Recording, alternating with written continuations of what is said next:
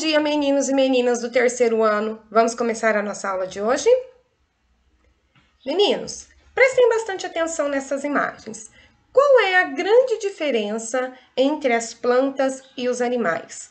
Esta é uma pergunta que vários cientistas tentaram responder ao longo de toda a história da ciência. E hoje, a resposta mais coerente, a resposta mais correta para explicar a diferença entre as plantas e os animais é o seguinte: as plantas, elas não precisam comer, porque elas realizam um processo chamado fotossíntese, onde elas produzem os minerais e as vitaminas e a energia que elas mesmas precisam. Ou seja, as árvores, as plantas, produzem o seu próprio alimento. Já os animais, para obter energia e para conseguir todos os nutrientes que eles precisam, eles têm que se alimentar ou de outros animais ou de algumas plantas. Existe uma grande biodiversidade animal, né? Se a gente parar para pensar no mundo animal, nós vamos ver que existem animais diferentes. Nós mesmos, seres humanos, nós somos um tipo de animal. E essa biodiversidade animal, ela também está presente na alimentação desses animais. E é esse o assunto da nossa aula de hoje: como os animais se alimentam. Antes de começar a falar sobre como os animais se alimentam, eu vou explicar para vocês o que é uma cadeia alimentar. Observem esta imagem. O rato come planta, a cobra come o rato, o gavião come a cobra. Então existe a cadeia alimentar, ela é uma relação que existe entre os animais da natureza, onde um serve de alimento para o outro. Nessa cadeia alimentar que eu acabei de mostrar para vocês, as plantas, elas são chamadas de seres produtores. Por quê? Porque elas são o início da cadeia alimentar, né? O rato, ele come a planta. Então, ele é um consumidor primário. A cobra, ela come o rato. Então, ela também é consumidor, só que ela é um consumidor secundário. O gavião come a cobra. Então, o gavião é um consumidor terciário. E agora eu vou colocar outro exemplo de cadeia alimentar para que vocês possam enxergar comigo quem são os produtores e os consumidores. Aqui nós temos uma planta, a borboleta come a planta, o sapo come a borboleta e a cobra come o sapo. A planta é o produtor. Sempre as plantas serão os produtores. A borboleta que come planta é consumidor primário. O sapo que come a borboleta é consumidor secundário. E a cobra que come o sapo é consumidor terciário, ok? Continuando, eu quero falar para vocês sobre os seres decompositores. Os seres decompositores, geralmente, eles são fungos e bactérias. E são eles que comem toda a matéria morta. Então, tudo que morre na natureza é decomposto pelos fungos e pelas bactérias. Então, o final de toda a cadeia alimentar são os fungos e as bactérias decompondo a matéria orgânica morta, ok? Aqui nós temos um exemplo. Esqueci o nome desse bicho, um esquilo. O esquilo come a planta, a cobra come o esquilo e o gavião come a planta, come a cobra. A planta é o ser produtor. O esquilo, a cobra e o gavião são os consumidores, né? E os fungos e as bactérias, aqui embaixo, são os decompositores. Ou seja, se a planta morrer, é a bactéria que vai se alimentar dela. Se o esquilo, se a cobra ou se o gavião morrerem, são os fungos e as bactérias, os decompositores, que vão se alimentar dessa carne morta, decompor essa carne morta para que ela se misture ao solo. Combinado? Agora que vocês já sabem o que é uma cadeia alimentar e quais são os tipos de agentes da cadeia alimentar, que são os produtores, os consumidores e os decompositores, vocês vão pegar a apostila grupo 3, que é a apostila que a mamãe buscou na escola ontem, ok? Vocês vão colocar a apostila grupo 3 na página 190, né? Tá aqui, página 190. E vocês vão grifar: os animais, como os seres humanos, precisam se alimentar de outros seres vivos para sobreviver, por meio das cadeias alimentares. Grifou isso? Agora você vai para a página 191, onde nós temos um exemplo de cadeia alimentar: planta, grilo, aranha e ave, ok? O mais importante dessa cadeia alimentar, que eu quero que vocês grifem, é aqui, ó, a palavra setas, ok? Então, grifem a palavra setas.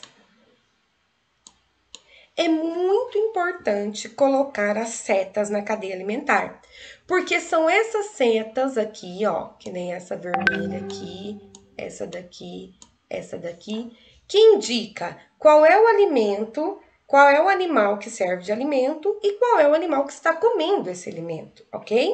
Então, olha aqui, ó, a planta serve de alimento para o grilo serve de alimento para a aranha e a aranha serve de alimento para a ave. Grifou aqui na página 191, você vai para a página 192 e vai grifar: os animais que se alimentam de outros seres vivos são chamados de consumidores. Já as plantas e as algas, que são capazes de produzir o próprio alimento e podem servir de alimento para outros seres vivos, na cadeia alimentar são chamadas de produtores. Então, os produtores sempre serão as plantas e as algas, e os consumidores sempre serão os animais. E por último, os decompositores, que são os fungos e as bactérias. Eu quero que vocês grifem essa frase aqui nessa página. A enorme biodiversidade de seres vivos do nosso país está ameaçada em virtude de atitudes humanas que afetam a cadeia alimentar. Veja bem, o Brasil é um país que tem muitos animais, uma grande biodiversidade de animais. Porém, o desmatamento, a poluição da água, a poluição do solo, pode fazer com que haja um desequilíbrio na cadeia alimentar, porque os animais podem entrar em extinção e provavelmente, entrando em extinção, a grande biodiversidade animal que existe no mundo pode ser prejudicada, tá bom? Vamos ao primeiro exercício na página 194. Você vai observar as imagens. Então, nós temos um gafanhoto em cima de um galho. E aqui nós temos um dragão barbudo comendo um lagarto. Daí você vai ver. Aqui na imagem A, quais são os seres produtores? Lembra que eu expliquei para vocês quais eram os seres produtores? Nós temos os produtores, os consumidores e os decompositores. Aqui na imagem A aparece um ser produtor. Qual é esse ser produtor que aparece aqui? Escreve para a tia Letícia. Quem são os seres consumidores das imagens A e B? Se você olhar para a imagem A e se você olhar para a imagem B, ela tem seres consumidores, né? Os seres consumidores eu já expliquei para vocês quem são. E aí vocês vão escrever aqui os 3 seres consumidores que aparecem. Um na imagem A e 2 na imagem B, ok? Em seguida, você vai desenhar a cadeia alimentar que representa a relação alimentar entre os seres vivos das imagens. Então, você vai desenhar aqui a cadeia alimentar que a gente acabou de ver. Então, qual seria essa cadeia alimentar? Nós temos 2, a planta e o gafanhoto. Depois, o lagarto come o gafanhoto e o dragão barbudo come o lagarto. Então, você vai desenhar aqui, nesse espaço, a seguinte cadeia alimentar: planta, gafanhoto, lagarto e dragão barbudo. Não se esqueçam de colocar a seta, ok? Lembra da importância que eu expliquei da seta no slide anterior. Agora nós vamos fazer o exercício de número 2, que fala sobre, que tem um texto, né? Eu vou ler o texto com vocês. Curiaca é um animal vertebrado do grupo das aves. Ela habita os ecossistemas do Cerrado e do Pantanal e come gafanhotos. Então, grifem aí que a curiaca come gafanhotos, aranhas, centopeias e pequenos animais vertebrados como os ratos. Olha que informação importante. O desmatamento desses ecossistemas vem prejudicando a reprodução das curiacas, que podem desaparecer de algumas regiões. Sem essas aves, a quantidade de animais de que elas se alimentam pode aumentar. Os gafanhotos, por exemplo, em grande quantidade, podem prejudicar as plantações, pois se alimentam de plantas. Em seguida, de acordo com o texto, assinale a alternativa que contém a cadeia alimentar correta. Dentro desse texto, existe uma cadeia alimentar. Então, você vai marcar qual é a alternativa que contém a cadeia alimentar citada dentro desse texto, de acordo com as informações deste texto, ok? Exercício de número 3, página 197. Mais um texto que a tia Letícia vai ler com vocês. Nos ecossistemas da Mata Atlântica, encontramos várias espécies de jatobá. Estas árvores produzem frutos com casca dura, que contêm sementes que, quando germinam, dão origem a novas árvores de jatobá. A dispersão das sementes é feita por roedores, os quais conseguem roer a casca do fruto. Se a quantidade de roedores que comem os frutos do jatobá diminuir, diminuirá também a quantidade de novas árvores. Alguns morcegos, que se alimentam do néctar da flor do jatobá, podem, da mesma maneira, ser prejudicados. Eu vou explicar para vocês o que está dizendo esse texto.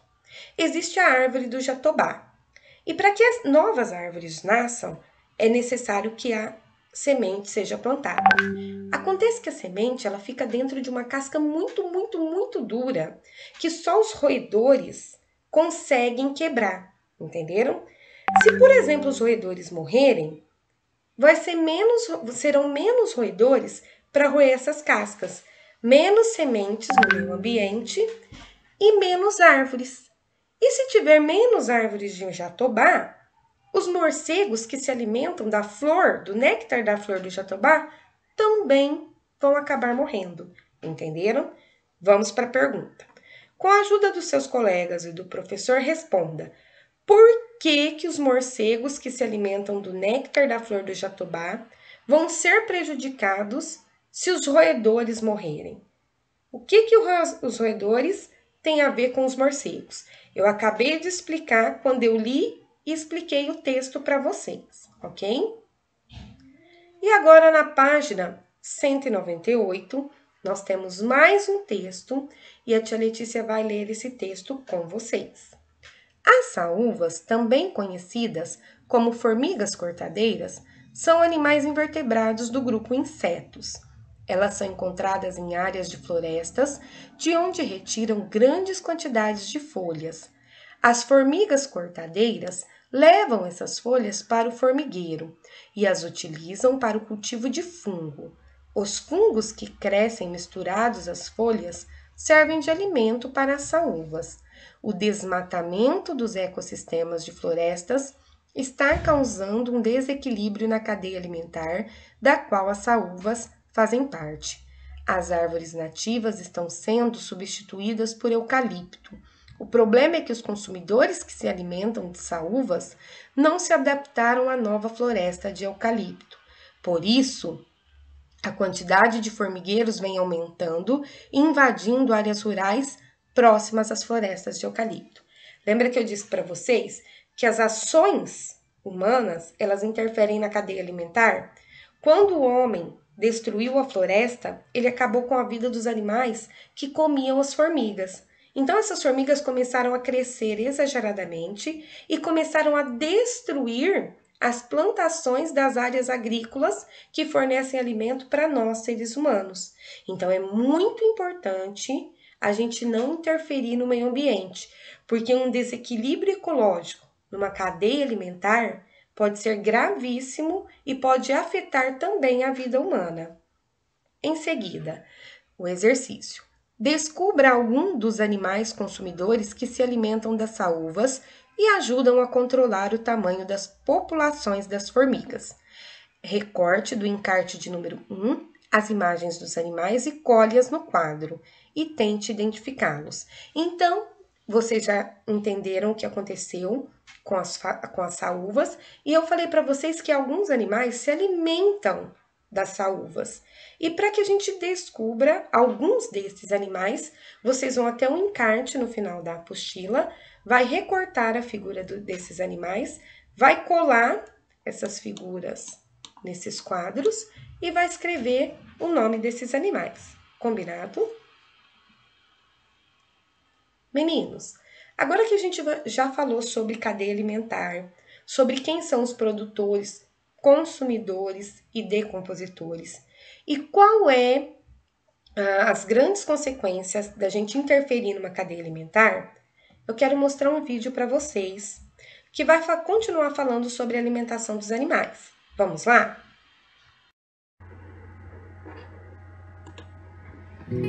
Cadeia alimentar.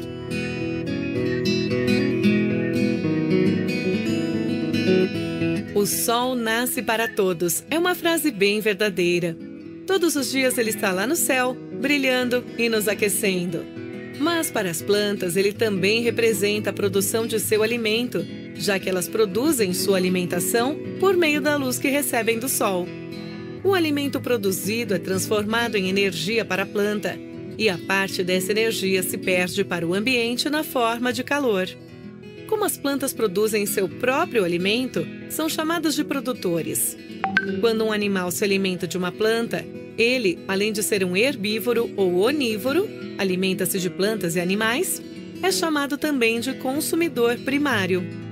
Assim como na planta, o alimento que o animal consome se transforma em energia em seu corpo e parte dela é perdida para o ambiente na forma de calor. Se um ser vivo se alimentar de um consumidor primário, será considerado carnívoro, ou será considerado um onívoro se ele também comer plantas. Além disso, aquele que come um consumidor primário é chamado de consumidor secundário. Ao final da cadeia estão os seres decompositores, que são seres capazes de se alimentar dos seres que morreram ou de parte deles. Os decompositores devolvem para o ambiente os materiais que retiraram desses seres. É exatamente a continuidade dessa cadeia alimentar que garante a sobrevivência dos seres vivos na natureza ao longo do tempo.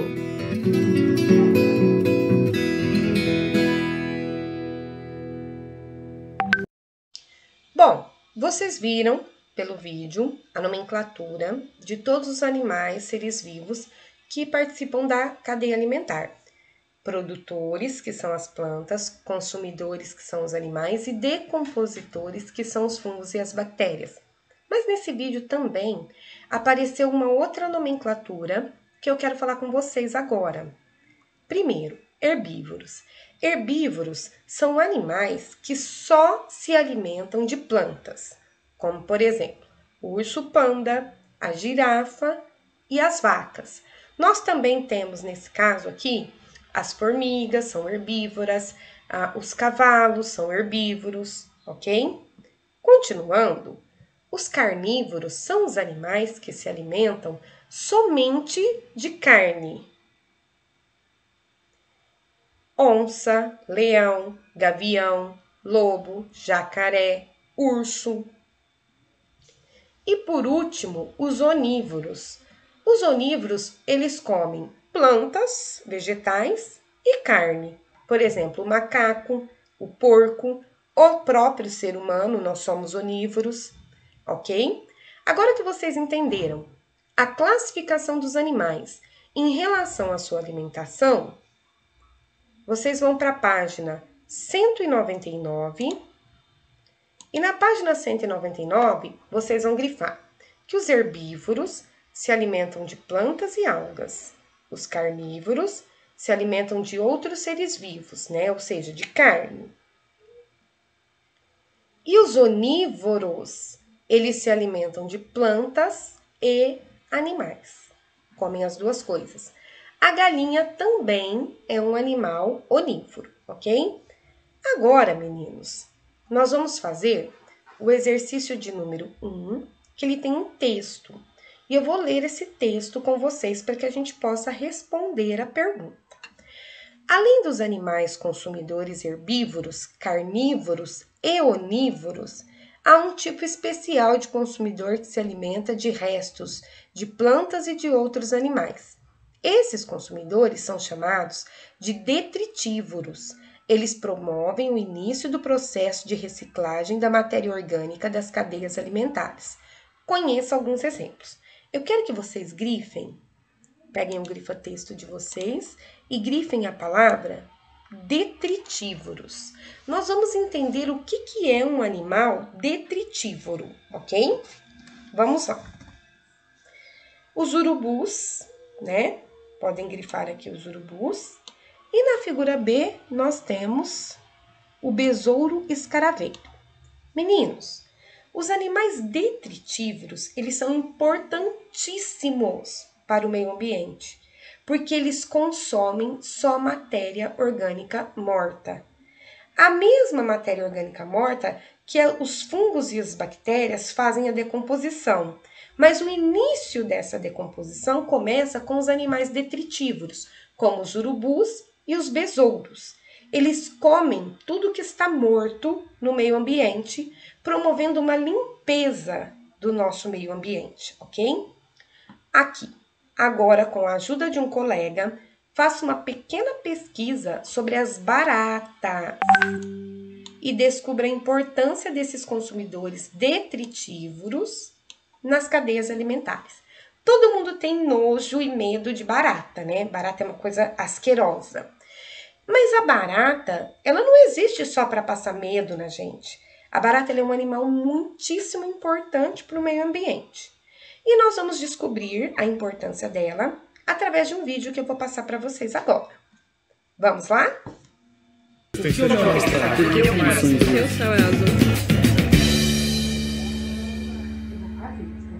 Bom, para a gente responder essa pergunta, precisamos entender qual é o papel que as baratas desempenham aqui na Terra e, consequentemente, quais seriam as consequências caso elas sumissem.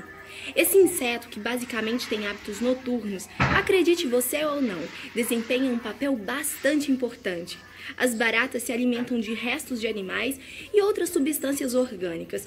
Por isso, ela pode ser considerada uma espécie de faxineira do planeta. E é por isso que pode parecer estranho o que eu vou te dizer. Mas as baratas basicamente fazem um tremendo favor para o ambiente quando o assunto é limpeza. Contraditório, né? Agora, outra informação que pode te surpreender é o fato de apenas 1% de todas as baratas que existem na Terra viverem em perímetro urbano. Ou seja, tem muita limpeza sendo feita por elas no restante do planeta e que a gente não pode desconsiderar, né? Mas não é só isso com que elas contribuem, não. Esse bichinho, que é praticamente cego e que pode medir de 3 milímetros a 10 centímetros de comprimento, também serve de alimento para uma série de animais.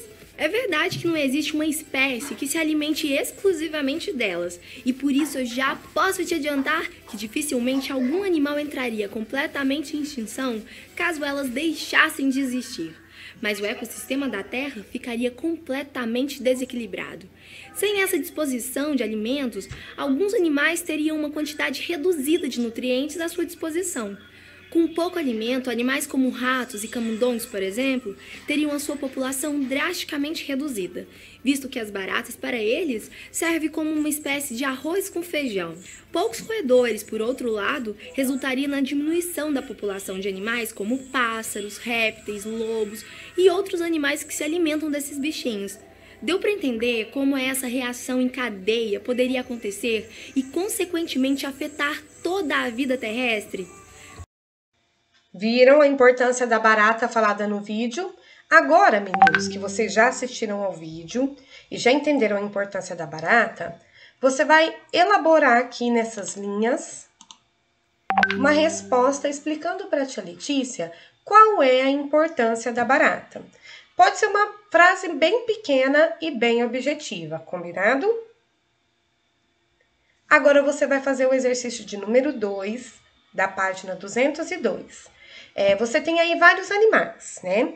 E esses animais, eles são classificados em carnívoros, herbívoros ou onívoros. Você vai olhar a foto do animal e se ele for carnívoro, coloca a letra C. Se ele for herbívoro, coloca a letra H. E se ele for onívoro, você vai colocar a letrinha O, nesses quadradinhos em branco aqui que tem em cada imagem, ok? E por último, na página 203, você tem o exercício de número 3, que tem um texto sobre a gralha azul. A tia Letícia vai ler o texto com você. A gralha azul é um animal vertebrado do grupo das aves, encontrada principalmente em ecossistemas de florestas na região sul do Brasil, estando na Mata Atlântica e na Mata das Araucárias. Ela se alimenta de pequenos animais invertebrados, como os insetos, de frutos e de sementes. Então, a gralha azul pega seu grifa-texto. Vamos lá, eu vou ajudar vocês a fazerem o exercício. E grifa aqui, ó, a gralha azul, ela come animais invertebrados, frutos e sementes. De acordo com tudo que a gralha azul come, ela é classificada como carnívoro, herbívoro, insetívoro ou onívoro. Marquem a alternativa correta, ok? A nossa aula de hoje chegou ao fim. Você vai tirar foto das páginas 190 até a página 203 e vai enviar as fotos para a tia Letícia poder fazer a correção, tá bom? Um beijo para vocês e até a próxima aula.